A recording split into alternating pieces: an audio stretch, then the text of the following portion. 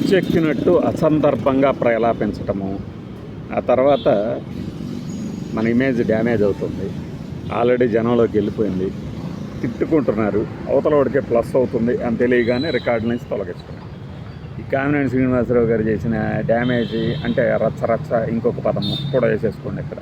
ఇదంతా అటు ఇటు తిరిగి చివరికి జగన్మోహన్ రెడ్డి గారు గత ప్రభుత్వంలో ఉన్నప్పుడు చిరంజీవి గారిని అవమానించలేదు, సాధారణంగానే చూసుకున్నారు అని విపరీతంగా జనంలోకి వెళ్ళిపోయింది. అది నమ్మేది ఎవడు నమ్మంది ఎవడు అనేది పక్కన పెట్టండి. టాపిక్ అయితే అలా డైవర్ట్ అయింది.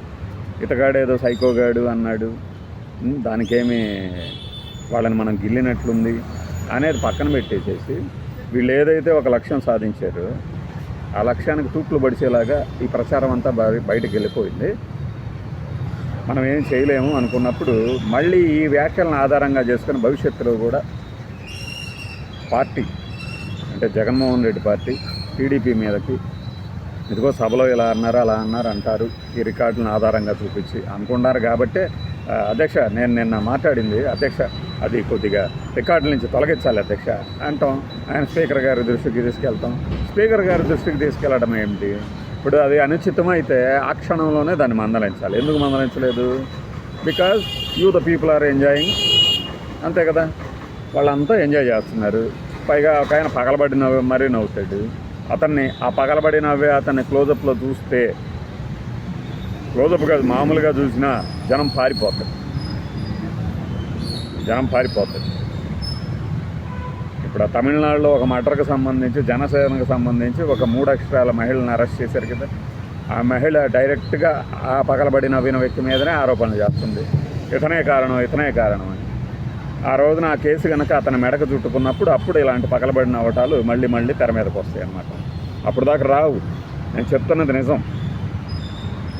మరి ఇంత డ్యామేజ్గా మాట్లాడుతున్నప్పుడు వెంటనే గనక వారించుంటే వీళ్ళందరికీ ఎంత హుందాదనం పెరిగేదంటే బయట మనలాగా ఇన్ఫ్లుయెన్సర్లు అందరూ కూడా శభాష్ ఇట్లా కదా వ్యవహరించాలి సభలో అనేవాళ్ళు.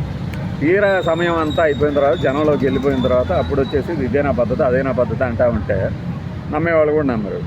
పైగా ఇప్పుడు రికార్డు నుంచి డిలీట్ చేస్తారు. రికార్డు నుంచి డిలీట్ చేసి లేదు మేము ఇప్పుడు మాట్లాడాం. బట్ సోషల్ మీడియా ఇప్పటికే డౌన్లోడ్ చేసేసుకొని ఆ విజువల్స్ అన్నీ దగ్గర పెట్టుకుంది. అసెంబ్లీ రికార్డుల నుంచి తొలగించవచ్చు కానీ ఈ యూట్యూబ్ల నుంచి ఈ ఛానళ్ళ తాలూకు రికార్డుల నుంచి తొలగించలేదు. ఇంకా వీళ్ళు చేయగలిగిన పనులు ఏమన్నా ఉంటే ఆ తొలగించిన వాటిని ఇంకా సర్క్యులేట్ చేస్తున్నారు. ఎవరు అన్నారు వీళ్ళు దాన్ని సర్క్యులేట్ చేస్తున్నారు. కాబట్టి వాళ్ళ మీద చర్యలు తీసుకుంటాను కూడా అనగల సమర్థులు. అడుసు తొక్క నేల కాలు కడగ నేల ఈ సామెత ఉంది. చేతులు కాలేక ఆకులు పట్టుకోవటం ఏమిటి అనే ఒక సామెత ఉంది. ఇన్ని సామెతలు మన పెద్దవాళ్ళు పెద్దల మాట సద్దన్నం మూట అంటే ఒక సద్దన్నం తింటే అలా ఎంత ఆరోగ్యంగా ఉంటామో పెద్దల మాట వింటే అంత ఆరోగ్యంగా ఉంటాం. బయట హెల్దీ అట్మాస్ఫియర్. ఆ కోణంలో ఆలోచించరు. మంచి చెప్పేవాడు వీళ్ళకి ఎప్పుడు వాళ్ళకి వ్యతిరేకంగా మాట్లాడేవాడు అనుకుంటారు. పైగా చేతగాని వాడే మంచి మాటలు మాట్లాడతారంటారు. సరే ఇవన్నీ మనకి రోజువారీ క్రమంలో దైనందిన జీవితంలో డైలీ రొటీన్లో చూసేయే. అయితే రికార్డుల నుంచి తొలగించమని చెప్పడం ద్వారా ఏం సందేశం వెళ్తుందంటే అది కూడా మళ్ళీ నెగిటివ్ సంకేతం. వీళ్ళు ఉంటారు కదా వైఎస్ఆర్సీపీ వాళ్ళు పెట్టే తమ్మునాయిలు చూస్తూ ఉంటే మైండ్ పోతుంది. అరే ఒక మనిషి ఒక మాట మాట్లాడితే దాన్ని అన్ని రకాలుగా ట్విస్ట్ చేయాల్సిన అవసరమైంది. జీవితం అంతా సోషల్ మీడియాలో తమ్మునాయిల్స్ పెట్టుకుంటూ బతకడం. కాస్త బయటికి రండి. అప్పుడప్పుడు ఇప్పుడు ఒక కమెడియన్ ఉన్నాడు. కమెడియన్ అని ఎందుకు అంటున్నాను అంటే ఈవెన్ కమెడియన్లు కూడా నచ్చుకుంటారు. మేము డబ్బుల కోసం వీళ్ళు ఇచ్చింది రాసిన చదువుతారు. వాళ్ళేమో నిజ జీవితంలో ఇలా కామెడీ చేస్తుంటే వాళ్ళని మాతో పోల్చడం ఏంటి అని. లేకపోతే ఒక వ్యక్తి చనిపోయిన తర్వాత జరిగిన పరిణామం అంటే కాస్కేడింగ్ ఎఫెక్ట్ కూడా కాదు, కొలేటరల్ డ్యామేజ్లు కాదు. ఆయనకు ప్రమేయం లేని దాన్ని తీసుకొచ్చేసి ఆయన గంటకట్టిన మహానుభావుడు. నేను ఎవరి గురించి చెప్తున్నాను మీకు అర్థమవుతుంది. 3 రోజుల క్రితం వీడియో చేశాం కదా, రాజశేఖర్ రెడ్డి గారు ప్రజారాజ్యం పార్టీ. అట్లాంటప్పుడు రికార్డుల నుంచి కేవలం అసెంబ్లీల నుంచే కాదు ఈ ఛానళ్ళ రికార్డుల నుంచి కూడా తొలగించే చర్యలు తీసుకోవాలి. లేదంటే జనంలో ఉండిపోతుంది. ఆయన చెప్పాల్సింది చెప్పాడు. ఆయన ఇంకేమి మాట్లాడే దాని గురించి అంటే ముందు మాట్లాడటం వస్తేనే కదా. బాలకృష్ణ గారట ఆయన చెప్పాల్సింది చెప్పేసాడట, ఎవరిని పట్టించుకోడట. దట్స్ ఆల్ అంట. మన వాళ్ళు పెడతా ఉంటారు ఏదో పెద్ద ఇదిలాగా. ఒక్కసారి పరిస్థితి తలకిందులైతే, ఫైళ్ళు రీఓపెన్ అయితే అన్నీ సెట్ అవుతాయి. కానీ అవి జరగాలని ఎందుకు కోరుకోవాలి?